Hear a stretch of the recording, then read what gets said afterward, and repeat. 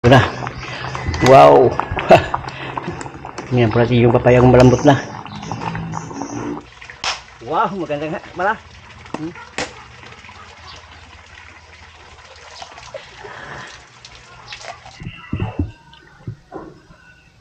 So yan. Ito na po yung munggo. Nakuha na po natin. Ay, sarang na po natin. Habang pinapalambot po natin ang munggo, harap tayo ng kanyang ingredients. Kuha po tayo ng ito, panungkit. Kuha po tayo ng kapaya.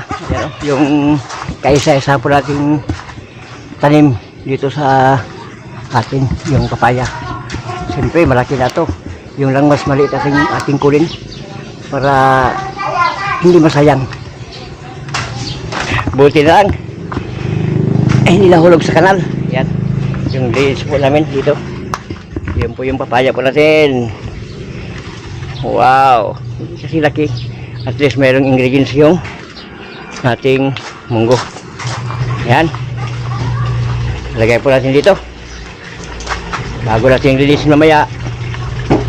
Siyempre hindi mamala yung dami kong stock na ako nito. Niyog. Ay, gagataan po natin para mas masarap yung munggo, para maganda na pagkabiyak mga ka-farmers. Dito na sa gitna na kanyang dalawang mata, dito tayo para maganda na pagkabiyak. Okay, tingnan po natin. Wow, maganda nga pala.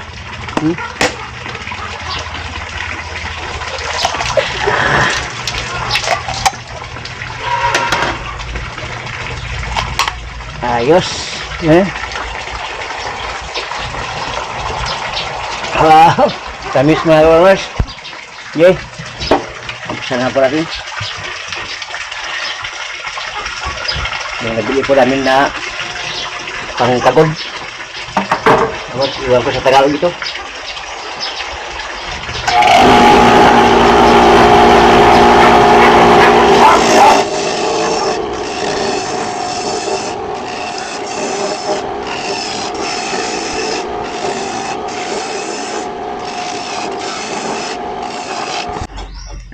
So yan o, ang ganda ng tingnan yung munggo po natin, napalambot na.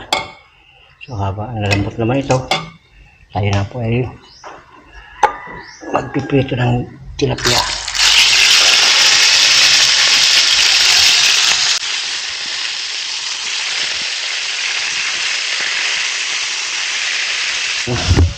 Ingredients po natin yung papaya kanina.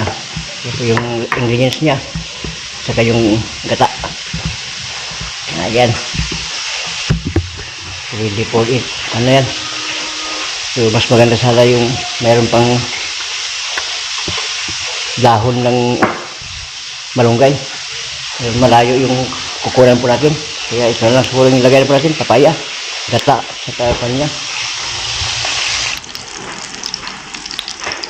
Lagyan po natin ng sagpaw. Yung iwan natin tatlo. Ayos.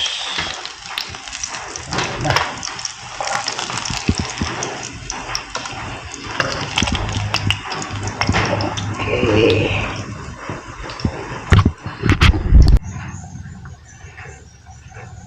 Siyempre mga ka-farmers, para masarap yung bagoong. Ayan, yung parang kuha na nga bagoong natin. Ito.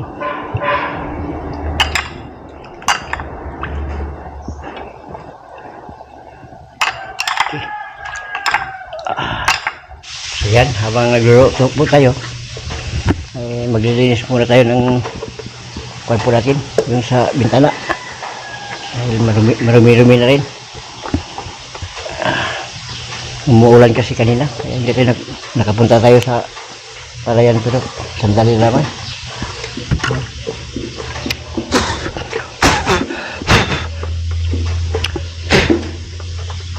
Buti na lang ko, maganda lang panahon. Baka mamayang hapon makapunta tayo sa sakahan Pulasin.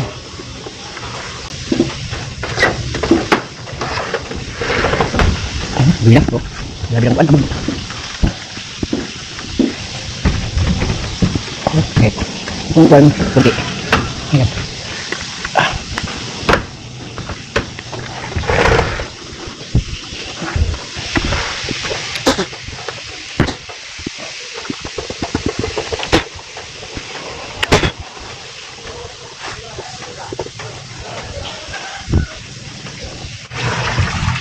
Okay mga ka-farmers, abala tayo sa pagluluto. Yung misis naman po natin, abala sa paglalaba. Yan.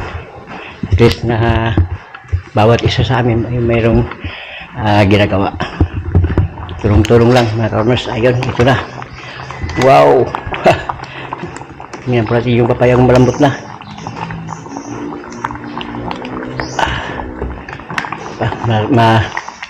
Matigas pa. Oh. Matigas pa yung kuan. Tikman natin baka masarap na.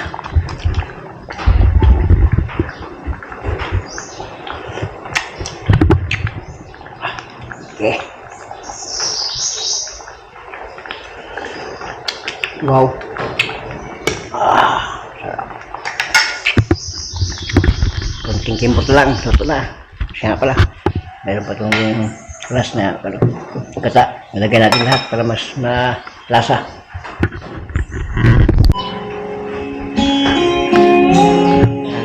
Relax na tayo sa ating konpok. At least nakapagluto na po tayo ng ating pananghalian. Relax po na. Kita po natin ang TV. Kapal nga po natin yung sugar. Kaya naman mo. Yan po natin yung mga kapal. Ang ganda yung mga ginagawa nila. Ang dami binibigay nila na ako. Relax muna tayo. Relax na tayo. Tapos na po tayo na kapagluto ng pananghalian.